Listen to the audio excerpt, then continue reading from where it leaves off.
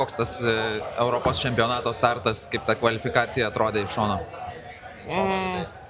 Tikrai mano ne pats geriausias gal pasirodymas buvo, vis tiek kažkoks sudėtingesnės sąlygos, sakyčiau, vis tiek tas Europos čempionatas savo priduoda tokią prie varžybų gal psichologinio spaudimo, tai truputėlį sunkiau buvo parodyti, ką galiu, bet vidutinis pasirodymas.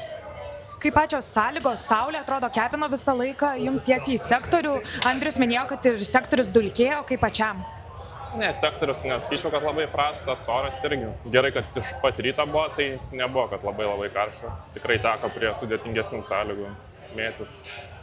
Europos čempionatas ir tų skaičių esam tikrai matę ir didesnių, kažkaip visiems labai sudėtinga. Šiandien yra kažkoks paaiškinimas, ar ankstyvas rytas, ar dar Nežinau, kažkas? sunku labai paaiškinti, įdomu, kaip antrai grupiai seksis, ar irgi taip pat sunkiai, ar ne.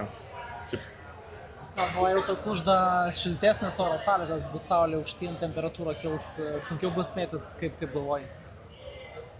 Nežinau, manau ne. Man tai patinka ta šiluma visai, tai manau labai nepakenks. Apskritai visada yra akcentuojama, kad jūs abu broliai esate čempionate, aišku, ir Andrius. Koks pačiam jausmas būti sektoriui, na, aišku, šiandien atskirose grupėse, bet su broliu važiuoti į čempionatą?